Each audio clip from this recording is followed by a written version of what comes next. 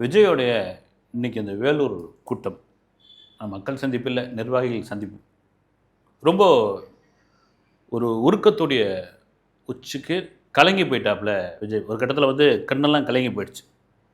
அதெல்லாம் கூட சில பேர் வந்து என்ன நடிப்பியா, என்ன அமக்கலம் பண்ணுறியான்னு.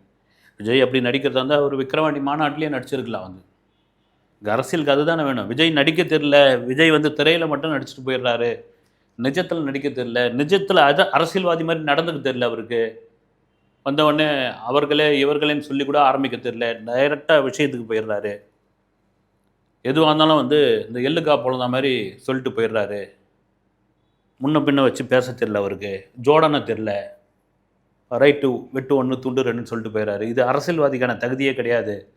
அப்படின் பொழுது அவர் நடிப்புன்னு சொல்லியிருந்தால் அதை அங்கேயே நடிச்சிருக்கலாமே. விக்ரவாணி மாநாட்டிலேருந்து நடிச்சு போயிருக்கு, நடித்து விஜய் அந்த நடிப்பில் பெரிய இதுக்கு போயிருக்கலாம்.